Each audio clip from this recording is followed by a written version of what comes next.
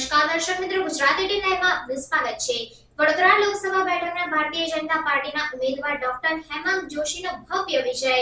વડોદરા લોકસભા બેઠકના ભારતીય જનતા પાર્ટીના યુવા અને શિક્ષિત ઉમેદવાર ડોક્ટર હેમાંગ જોશીનો આજ રોજ ભવ્ય વિજય થયો। તેમના વિજયને બિરદાવવા માટે ભારતીય જનતા પાર્ટી વડોદરા શહેરના તમામ પદાધિકારીઓ વિશેષ રૂપે ઉપસ્થિત રહ્યા હતા, તેમજ તમામ ધારાસભ્યો પણ ઉપસ્થિત રહ્યા હતા તથા વડોદરાના પૂર્વ સાંસદ રંજનબેન ભટ્ટ પણ તેમના આ વિજયને બિરદાવવા તેમજ તેમનું અભિવાદન કરવા ઉપસ્થિત રહ્યા હતા।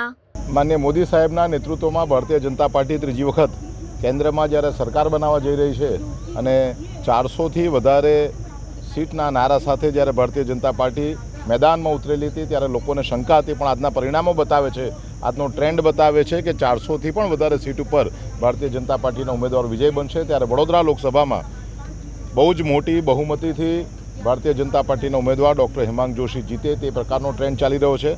અત્યારે 57,000 કરતાં પણ વધારેના લીડથી ભારતીય જનતા પાર્ટીના ઉમેદવાર ડૉક્ટર હેમાંગ જોશી આગળ છે। મોદી સાહેબના 10 વર્ષના સમયગાળા દરમિયાનમાં થયેલા કામો, લોકો એમના પર મૂકેલો વિશ્વાસ, ભારતીય જનતા પાર્ટીના અમારા પ્રદેશના અધ્યક્ષ માનનીય પાટીલ સાહેબની રણનીતિ, જેને કારણે પેજ સમિતિ સુધી કાર્યકર્તાઓ પહોંચી શક્યા, માનનીય અમિતભાઈ શાહ સાહેબનું માર્ગદર્શન અને ગુજરાતના માનનીય મુખ્યમંત્રી શ્રી ભૂપેન્દ્રભાઈ પટેલ સાહેબની મક્કમ અને સંવેદનશીલ સરકારને કારણે વડોદરા શહેરના સૌ નગરજનોએ જ્યારે ભારતીય જનતા પાર્ટી પર વિશ્વાસ વ્યક્ત કર્યો છે અને આજે પહેલા રાઉન્ડ પછી 57,000ના મતોથી જ્યારે અમારા ઉમેદવાર ડૉક્ટર હેમાંગભાઈ જોશી આગળ છે, ત્યારે વડોદરા શહેરના સૌ નગરજનોનું પણ આજના આ તબક્કે વિશેષ રીતે આભાર વ્યક્ત કરું છું।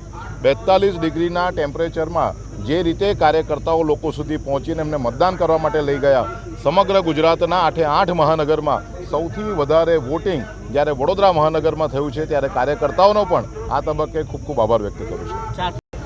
આજે જે પ્રકારે આપણે પરિણામ જોઈ રહ્યા છે, પરિણામની અંદર સમગ્ર દેશમાં મોદીજી ફરી ત્રીજી વખત વડાપ્રધાન બનવા જઈ રહ્યા છે અને વડોદરાની અંદર વડોદરાની જનતાએ માનનીય મોદી સાહેબ માટેનો એમનો પ્રેમ, મોદી સાહેબનું સુશાસન એને ફરીથી એમને ચૂંટી અને ખોબે ખોબે જનતા મત આપી રહી છે।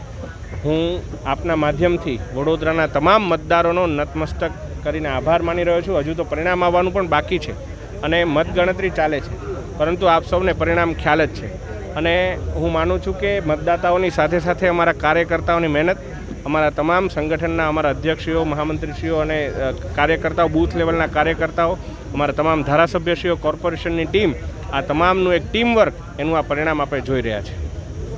વડોદરા લોકસભાની સીટ એ પરંપરાગત રીતે ભાજપની સીટ છે। આ વખતે પણ ડૉક્ટર હેમાંગભાઈ જોશી જંગી બહુમતીથી જીતશે અને તેમાં વડોદરાના તમામ મતદારોનો અને ભારતીય જનતા પાર્ટીના તમામ કાર્યકર્તાઓનો ખૂબ ખૂબ આભાર માનું છું।